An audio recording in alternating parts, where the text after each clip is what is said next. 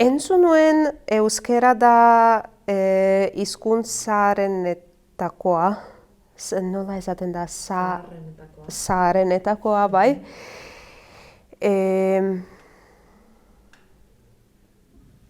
Eta niretzat polita da. Ez dakit, bai zaila da, ikasteko ere bai, baina ez baduzu probatzen, ezin duzu jakin nolakoa izango da zuretzat. Mislim da je baskijski jedan od najstarijih jezika, da je u početku težak je, ali ako ne probaš, nikad ne znaš kako će ti biti.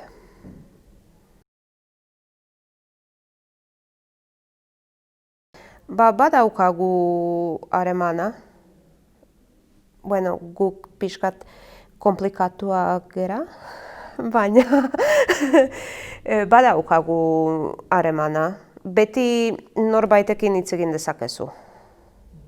Eta azkenean nire senarraren enpresan Kroaziako eta Bosniako eta Serbiako pertsona asko lan egiten dute. Eta beti norbaitekin zerbait kontaktu edo esan edo. Mislim da smo mi poprilično kompliciran narod, ali uvijek imamo nekoga s kim možemo popričati na hrvatskom. Na primjer, u firmi mog muža dosta Bosanaca, Srba i Hrvata radi, pa uvijek imaš s nekim s kim ćeš podijeliti koju riječ.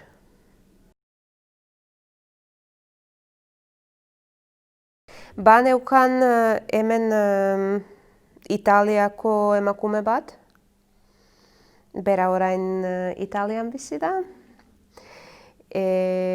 Eta Andaluziako emakume batekin, Saharako mutil batekin, eta Saharako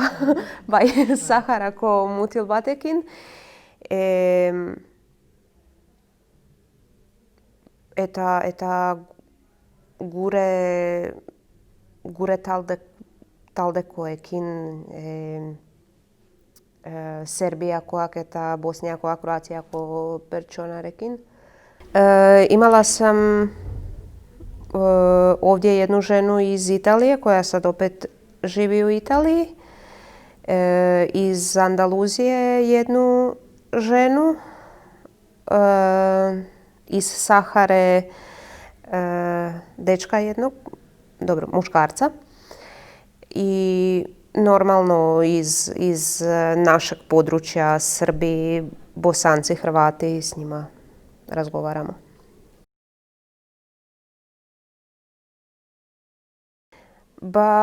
Harreman ona uszede daukat. Adibidez, nire mintza lagunakin taberna irekitzea noa. Orduan, ondo pentsatzen dut. Mislim da imam dobar odnos sa Baskijcima.